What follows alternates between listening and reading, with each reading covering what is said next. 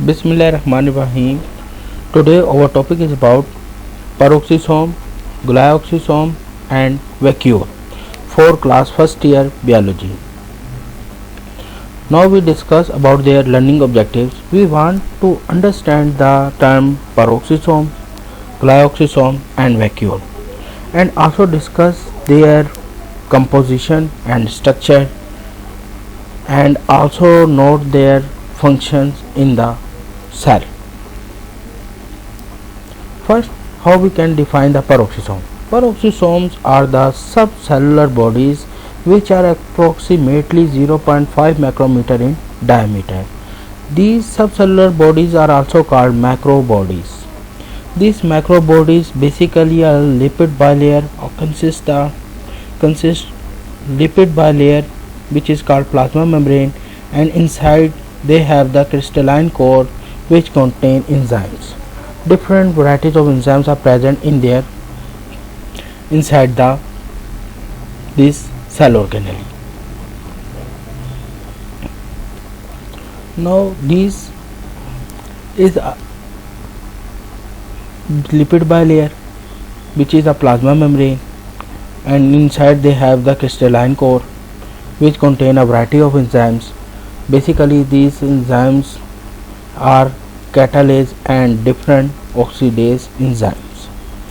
आपके पास जो ये सेल ऑर्गेनेली है जिसे हम क्या बोल रहे हैं पेरोक्सिसोम, ये क्या है? मेम्ब्रेन बॉन्डेड स्ट्रक्चर है, और ये आपने याद रखना है कि इसके पास जो इनसाइड जो दिस ऑर्गेनेलिज में जो प्रेजेंट है, ये जो सेल ऑर्गेनेली है, इसमें क्या प्रेजेंट है? वैराइटीज़ ऑफ डिफरेंट एंजाइम्स मौजूद हैं, जिसमें दो एंजाइम्स आपने लाजमी याद रखने हैं, एक को हम कैटालेस बोलते हैं और एक को ऑक्सीडेज कहेंगे.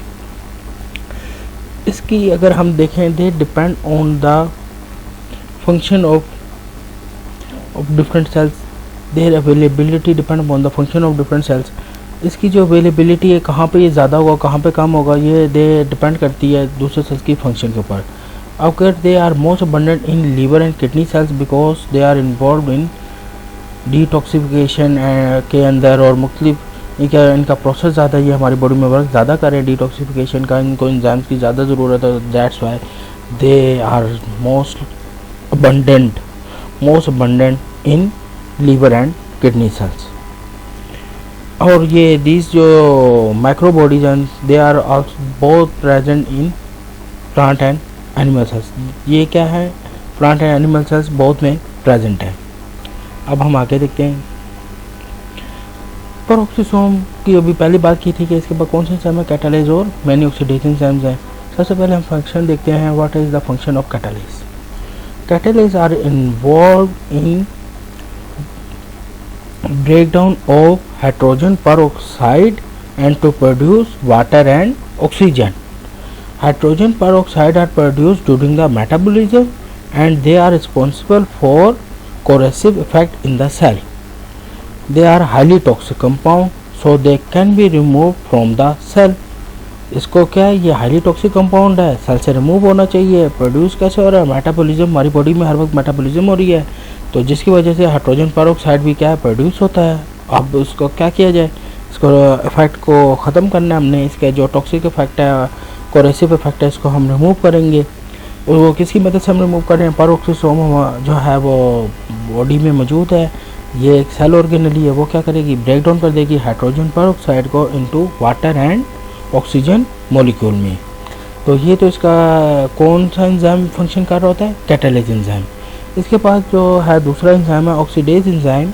Oxidase enzymes are involve in the breakdown of the long chains of fatty acids.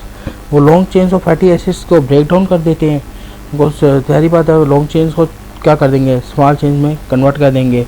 And they are also involve in the synthesis of unsaturated fatty acids. और जो है अनसैचुरेटेड फैटी एसिड्स जो हमारी बॉडी को ज़रूरत है, वो क्या है? ये प्रोड्यूस करेंगे. अब इसके बाद हम देखते हैं कि इसका फंक्शन क्या है और क्या फंक्शन है प्लांट्स में. ये क्या करती है? प्लांट्स के अंदर एक प्रोसेस है जिसे हम क्या बोलते हैं? Photo respiration. फोटो रेस्पिरेशन को हम डिफाइन कर सकते हैं when the concentration of carbon dioxide is limited and the oxygen जो है ऑक्सीजन की कंसंट्रेशन क्या हो जाएगी, ज़्यादा हो जाएगी, देन राइबोलोज बिसफॉस्फेट जो है combine with the oxygen and reduce the synthesis of carbohydrate. Basically क्या होता है, in the presence of light rubisco क्या ribulose bisphosphate combine with the oxygen, ठीक है, और क्या हो जाएगा, and they are responsible for the reduction of the synthesis of carbohydrate. जो फोटोसिंथेसिस का प्रोडक्ट है वो उसकी रिडक्शन हो जाएगी, and that process is called the photo respiration. इसकी जो डिटेल है वो हमने पढ़नी है बायोएनर्जेटिक्स में के चैप्टर में, चैप्टर नंबर 4 में। अभी हम देखते हैं बेसिकली होता क्या है। आपके पास ये जो आपको ग्रीन कलर में आपको जो ये सेल ऑर्गेनेली नज़र आ रही है, ये जो है इसे हम क्लोरोप्लास्ट बोलेंगे। ये आपको जो येलो कलर में बॉडी नज़र आ रही है पेरोक्सिसोम है, और आपके पास जो ये ब्लू कलर में ऑर्गेनेली नज़र आ रही है ये आपके पास माइटोकॉन्ड्रिया है। अब राइबोलोज बिसफॉस्फेट की प्रॉपर्टी है they are combined with carbon dioxide as well as they have the ability to combine with the oxygen। Ribulose bisphosphate मतलब हम कह सकते हैं ribulose bisphosphate act as a ribulose bisphosphate carboxylase and ribulose bisphosphate oxygenase. अब हमें कौन सी property चाहिए, हमें चाहिए राइबोलोज बिसफॉस्फेट किसके साथ कंबाइन करें, कार्बन डाइऑक्साइड के साथ कंबाइन करें और कार्बन साइकिल चलती रहे, जिससे हमारे जो कार्बोहाइड्रेट की सिंथेसिस है, जो प्रोडक्ट है वो हमारे प्लांट के अंदर बनता रहेगा। लेकिन जब हार्श कंडीशन होती है, टेम्परेचर ज़्यादा हो जाता है, स्टोमेटा क्लोज कर जाते हैं और कंसंट्रेशन जो होती है आपके पास क्लोरोप्लास्ट के अंदर क्या हो जाएगी, कंसंट्रेशन ऑफ कार्बन डाइऑक्साइड कम हो जाएगी, क्योंकि आपको पता है कि कार्बन डाइऑक्साइड इंटर होती है फ्रॉम स्टोमेटा से इंटर होगी inside the cell plant cells के अंदर, तो उसकी स्टोमेटा आप क्लोज हो गए, जिसकी वजह से क्या हुआ, कार्बन डाइऑक्साइड की कंसंट्रेशन अब कार्बन डाइऑक्साइड इंटर नहीं होगी, उसकी वजह से कार्बन डाइऑक्साइड की कंसंट्रेशन कम हो जाएगी।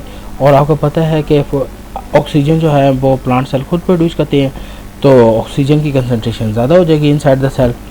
अब राइबोलोज को फंक्शन तो क्या करना चाहिए था कि कार्बन डाइऑक्साइड के साथ बाइंड कर लेना चाहिए था, लेकिन अब राइबोलोज बिसफॉस्फेट किसके साथ बाइंड कर लेगा, ऑक्सीजन के साथ बाइंड कर जाएगा।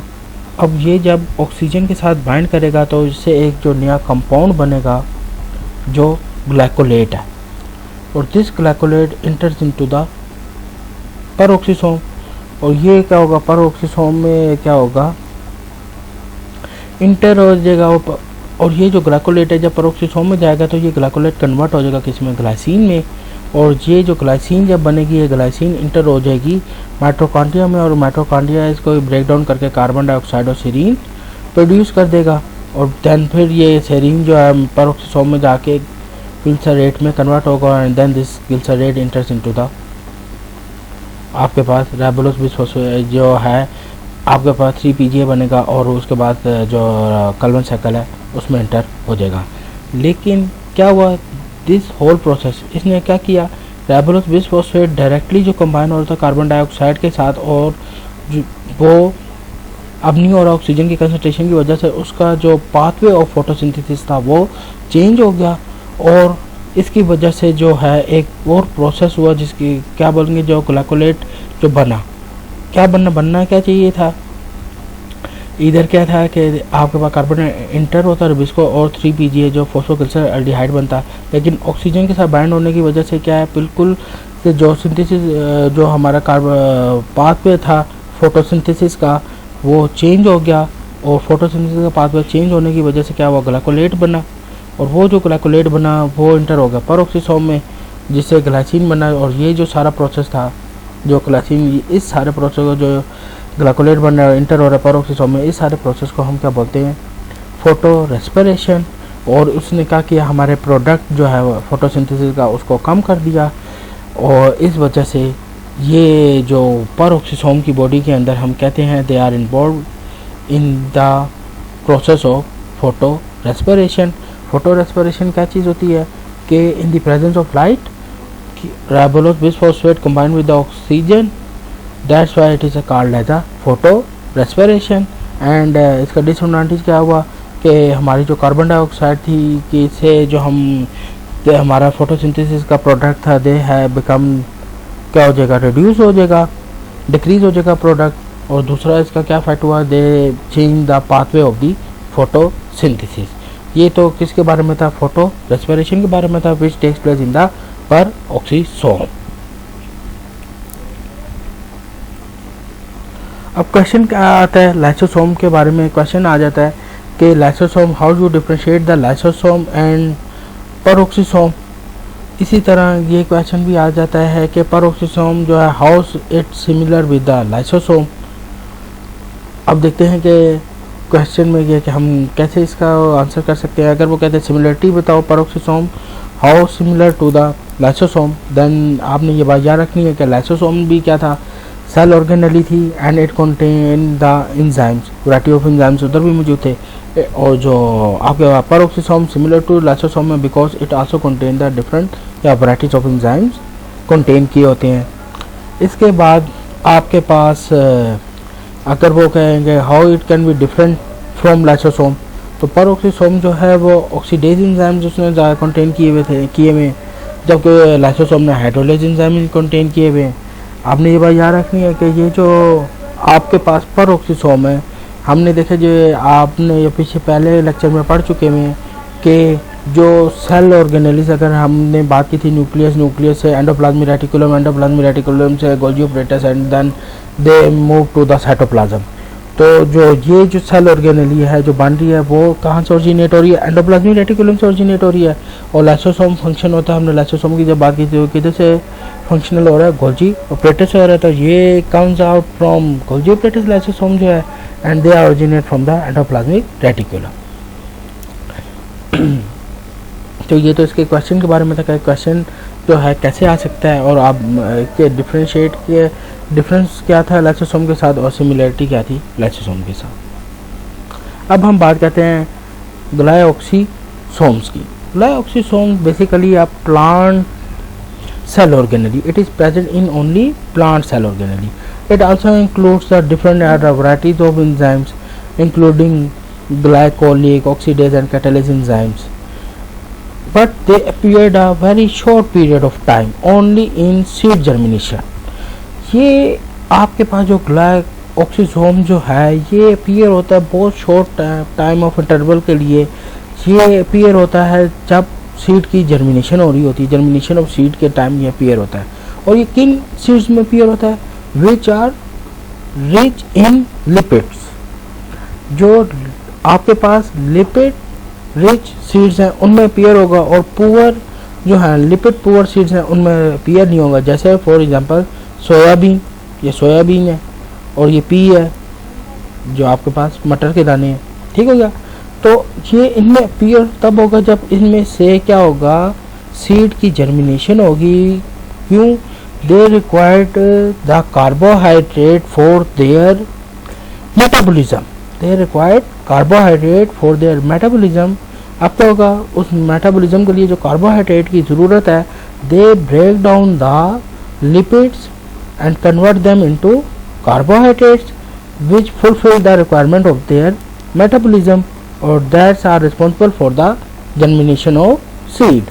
तो जब इनकी मेटाबॉलिज्म की डिमांड को पूरा करने के लिए लिपिड मौजूद होते हैं इनकी डिमांड, और इन सीड्स के अंदर वो कार्बोहाइड्रेट बना देंगे और मेटाबॉलिज्म जब होगी तो इसकी वजह से क्या होगा, इन सीड से जो है वो एक प्लांट जो है वो जर्मिनेट करेगा। इस वजह से ये जो है किस टाइम अपीयर होते हैं, at the time of germination of seed के टाइम ये अपीयर होते हैं। तो ये तो किस बॉडी के बारे में था, ग्लाइऑक्सीसोम के बारे में था। और ये आपके पास कौन सी ऑर्गेनेलीज है जो सिर्फ किधर प्रेजेंट है, प्लांट सेल ऑर्गेनेली है और सिर्फ प्लांट्स ही में प्रेजेंट है। इसके बाद आगे देखते हैं और प्लांट्स में भी कौन से प्लांट्स में ज़्यादा प्रेजेंट मतलब अपीयर होते हैं, जो लिपिड रिच सीड्स हों, जिनमें लिपिड्स ज़्यादा प्रेजेंट हो उनमें ये प्रेजेंट होंगे। अब हम आगे चलते हैं कि हमारे पास नेक्स्ट ऑर्गेनेली कौन सी है, vacuole. Vacuoles are present in both animal and plant cells. अगर हम एनिमल सेल्स की बात करें तो जो वैक्यूल्स हैं आपके पास दो तरह के वैक्यूल्स प्रेजेंट होते हैं। एक को हम कॉन्ट्रैक्टाइल वैक्यूल बोलते हैं, एक को हम फूड वैक्यूल बोलते हैं। अगर तो कोई यहाँ से सब्सटेंस आउटसाइड द बॉडी जो है सब्सटेंस जो भी फूड मटेरियल इंटर हो जाए इनसाइड द बॉडी, जिसे हमने फैगोसाइटोसिस बोला था, engulfing of the solid material, और जिसे हम फैगोसाइटोसिस बोलते हैं, वो जब इंटर हो जाता है तो उसे हम क्या बोलते हैं, फूड वैक्यूल। और जब ये फूड वैक्यूल से, अगर ये फूड वैक्यूल है, इस फूड वैक्यूल से क्या हो जाए, ये फूड सारा इस्तेमाल कर दिया जाए और वेस्ट मटेरियल इसमें भर दिया जाए, तो उस वैक्यूल को हम क्या बोलेंगे, कॉन्ट्रैक्टाइल वैक्यूल। और वो this contractile vacuole is remove from the body, और उसको हम क्या बोलते थे, एक्सोसाइटोसिस, कि ये बॉडी से क्या कर दिया गया, फूड को बाहर रिमूव कर दिया गया। और ये जो है हमारे पास सेवरल जो है ना एनिमल सेल्स के अंदर सेवरल वैक्यूल्स प्रेजेंट होते हैं, जिनमें कुछ फूड वैक्यूल्स भी होते हैं और कुछ कॉन्ट्रैक्टाइल वैक्यूल्स भी होते हैं। और इनका फंक्शन क्या होता है, they are use for the storage it contain. अब ये जारी बात है, अगर फूड वैक्यूल है तो न्यूट्रिएंट्स वाटर में प्रेजेंट होगा, अगर वो कॉन्ट्रैक्टाइल वैक्यूल है तो वेस्ट उसमें स्टोर की होगी, और देन दे आर रिमूव, अगर वेस्ट है तो then they are remove from the body. अगर वो फूड वैक्यूल है तो वो इनसाइड स्टोरेज में, जब वो प्लांट को एनिमल सेल्स को ज़रूरत होगी वो उसको यूटिलाइज करेगा और अपनी मेटाबॉलिज्म के लिए जो है ना यूज कर लेगा। इसके बाद अगर हम देखते हैं प्लांट सेल की बात करें तो large size vacuole one side पे जो है ना हमारे पास एक जो सारी ऑर्गेनरी एक साइड पे और एक पूरी साइड पे क्या होता है, लार्ज साइज वैक्यूल जो है वो प्रेजेंट होता है। इसके अलावा दे आर आल्सो कंटेन क्या, store water and pushes the engage the cell wall. मतलब ये क्या है, ये मुख्तलिफ जो है ना, जिसे आप यही जान रखें, इसकी जो मेम्ब्रेन होती है उसे हम दोनों प्लास बोलते हैं। और ये क्या कहते हैं, इसके अंदर सोल्यूशन और मुख्तलिफ क्या है कंपोनेंट्स को क्या करता है, ये स्टोर करता है, जिसकी वजह से क्या कहता है, प्राय जब ये वैक्यूल जो है वाटर को, और आप समझे वाटर को जब ये स्टोर कर लेता है, मतलब वाटर इसके इंटर हो जाता है, तो ये प्रेशर एक्सर्ट करता है अगेंस्ट द वॉल, जिसकी वजह से क्या होता है कि प्लांट की जो प्लांट है वो उसके अंदर जो एक प्रेशर बिल्ड होता है, जिसे हम क्या कहते हैं, टर्गर प्रेशर बिल्ड हो जाता है। और उसकी वजह से प्लांट जो है अपराइट पोजीशन में हमें जो नज़र आता है, रिचिड स्टेट में नज़र आता है, due to the turgor pressure, vacuole के टर्गर प्रेशर की वजह से हमें नज़र आता है। और इसके अंदर ज़्यादातर वाटर्स और डिफरेंट जो है ना सोल्यूट्स मौजूद होते हैं।